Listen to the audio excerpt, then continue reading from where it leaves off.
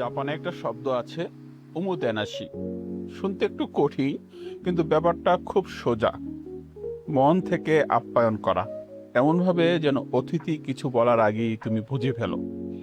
এই প্রথার শিকড় অনেক পুরনো। জাপানিজ টি সিমনি থেকে এসেছে, যেখানে এক কাপ চা বানানোটাই একটা শিল্প, আর অতিথি যেন এক মুহূর্ত অস্বস্তি না পায়, সেটাই সবচেয়ে বড় কাজ। এবার একটা ছোট গল্প বলি। টোকিওর এক ছোট্ট রেস্টুরেন্টে একদিন এক বিদেশি ঢুকলো। লোকটা একটু ক্লান্ত, একটু বিরক্ত, কারণ সারাদিন ঘুরে কোথাও ঠিক মতো বসতে পারেনি। ও বসার আগেই ওয়েটার চুপচাপ এসে তার ব্যাগটা এমনভাবে সরিয়ে দিল যাতে সে আরাম করে বসতে পারে। পানি দিল, কিন্তু শুধু পানি নয়, গ্লাসটা এমনভাবে ঘুরিয়ে রাখলো যেন ধরতে সহজ হয়। লোকটা তো অবাক। いらっしゃい সে ま কিছু せ。こ অর্ডার んばん করার は。 আগে お ওয়েটার 席はど হালকা ちらに হাসি なさ দিয়ে います বলল, か。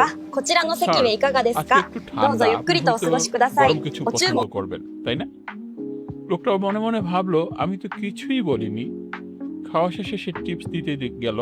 ওয়েটার বিনয়ের সাথে মাথা নত করে বলল, স্যার আপনার হাসিটাই আমাদের জন্য যথেষ্ট। লোকটা বের হয়ে রাস্তার পাশে দাঁড়িয়ে একটু হেসে ফেলল। হয়তো খাবারটা জীবনে সেরা ছিল না, কিন্তু আতিথেয়তাটা, যত্নটা, সেটা সে কোনো দিনও ভুলবে না। এটাই হচ্ছে উমুতেনাশি, যেখানে আপ্যায়নটা খুব শুধু い কাজ らっしゃ না, いま এটা せ。 এক こんばん ধরনের は。お席 নীরব はどちらになさ ভালোবাসা। いますか。こちらの席はいかがですか。どうぞゆっくりとお過ごしください。お注文